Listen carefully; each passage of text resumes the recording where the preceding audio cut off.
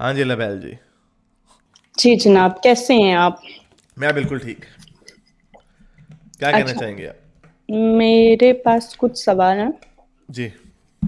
ام، جو مسلمان ہیں وہ کہتے ہیں کہ ہندو جو ہیں وہ بہت سارے خداؤں کو مانتے ہیں، ہوں. پتھر کی بھی پوجا کرتے ہیں. ہوں. لیکن ہم جو سنی ہیں، میں سنی تھی تو میں تو اپنی بات کروں گی نا. ہوں.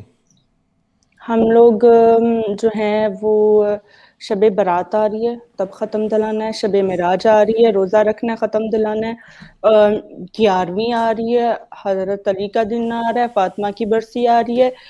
یہ مطلب یہ ختم ہی دلانے میں لگے رہتے ہو، اور بعد میں ہم اگر نماز پڑھتے ہیں تو کعبہ کی ڈائریکشن میں اور چکر لگاتے ہیں. تو وہ کعبہ ہے کیا؟ کہاں کون سا نور نکل رہا ہے اس میں سے کہ جو ہے وہ ہم اتنا اس کو پوج رہے ہیں؟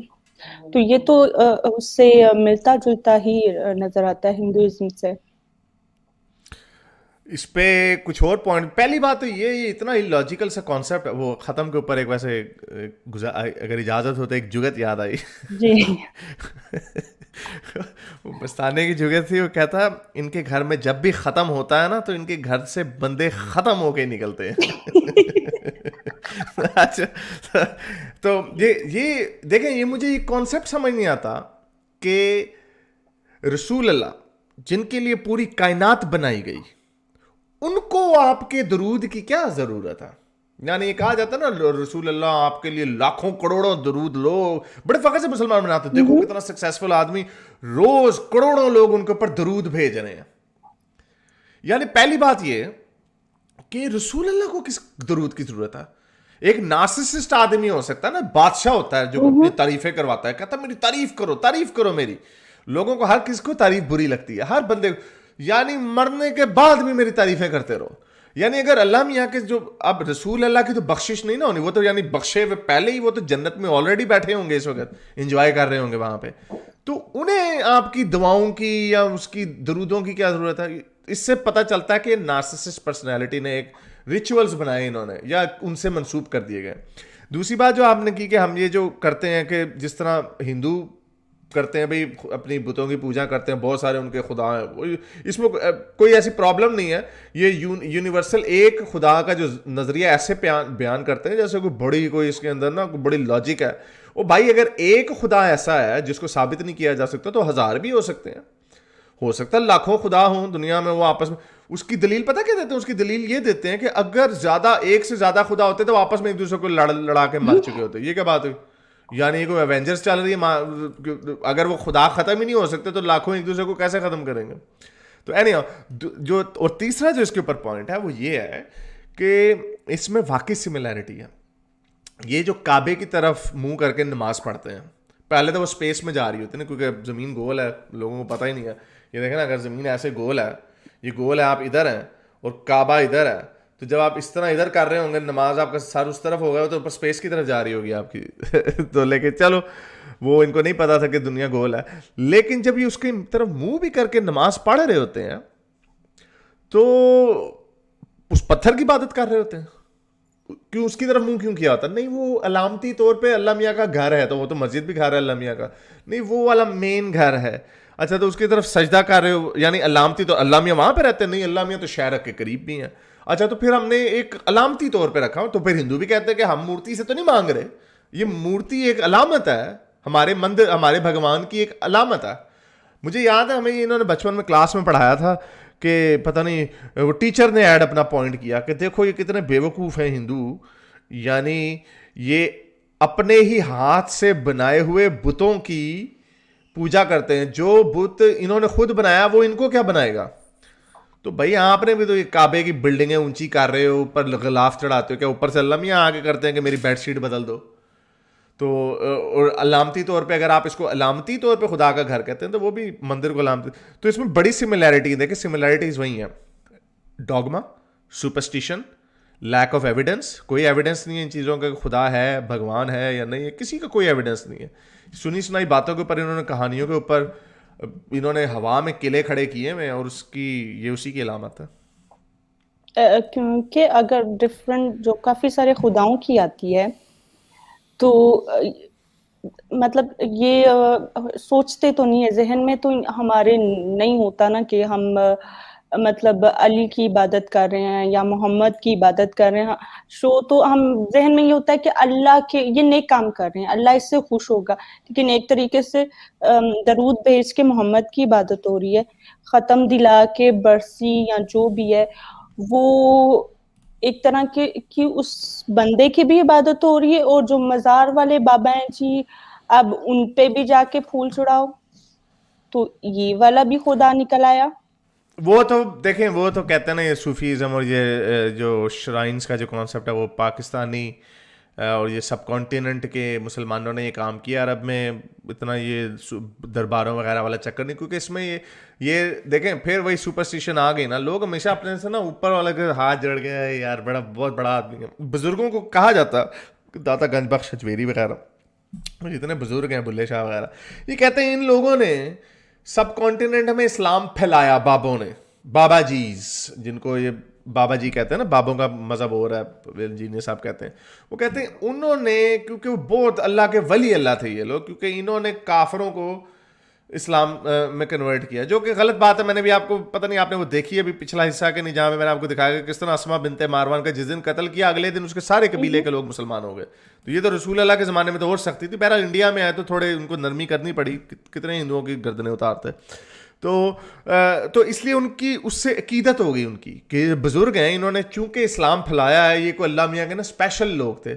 تو لوگوں کو آج بھی آپ دیکھ لیں ہندو بھی وہ ستیہ سائی بابا وغیرہ کی پوجا کرتے ہیں، وہ تو یہ کوئی بھگوان کا اوتار ہے، بھگوان ہے، یہ کوئی میریکلس پرفارم کرتا ہے. لوگ، مجھے نہیں پتہ یہ لوگ کس قسم کے لوگ ہوتے ہیں. شاید لوگ واقعی شیپ ہوتے ہیں جو لوگوں کو ان کی اندر کی خواہش ہوتی ہے کہ ہم کسی کو فالو کریں.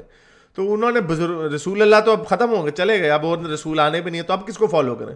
چلو اب ولی اللہ کو کرتے ہیں، اب خادم رضوی اسکالروں کو، عالموں کو کرتے ہیں، حافظوں کو کرتے ہیں. ادھر سے وہ بھگوانوں کو کے علاوہ اب جو ان کے جو نئے اوتارز آتے ہیں ان کو کرتے ہیں. تو یہ انسانی فطرت کا حصہ ہے میرا خیال، لیکن آبویسلی سبسٹنس کوئی نہیں ہے ان کے پاس.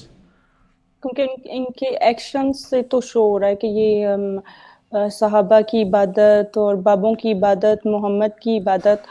اور دوسری بات بول رہے ہیں کہ پتھر کی عبادت نہیں کر رہے، پتھر کا چما چٹا بھی ہو رہا ہے.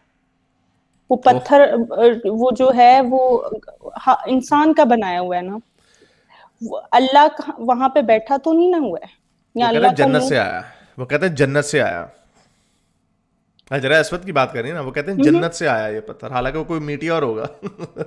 اس کو کبھی سائنس میں ہمیں اجازت نہیں دیں گے یہ کہ ذرا اس کو اینالائز کر لیں. جیسے زمزم کو، وہ آپ زمزم میں پانی دیکھو آئی جا رہا ہے پچھلے 5000 سال سے، بھائی چیک تو کرنے دو، پتہ چلے کسی کے نا ٹوائلٹ کا پائپ پھٹا ہوا ہے، ٹوائلٹ کا پانی آ رہا ہے.